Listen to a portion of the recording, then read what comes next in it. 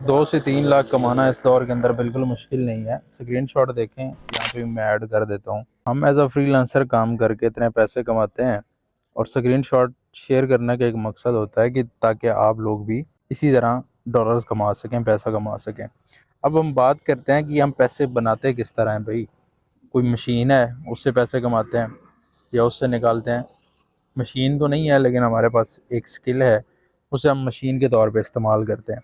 Skill क्या है जी? Skill है गेस्ट पोस्टिंग की, यानी हम गेस्ट पोस्ट करते हैं और उससे हम पैसा कमाते हैं। जी, ये हम कैसे करते हैं? ये एक स्किल है जिसके ज़रिए हम अपने क्लाइंट का काम करते हैं, और उससे डॉलर्स के अंदर हम पैसे चार्ज करते हैं।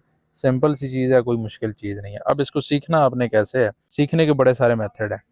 सबसे पहला और आसान मेथड यही है कि आप यूट्यूब पे जाएं और यूट्यूब पे जाके आप सीखें।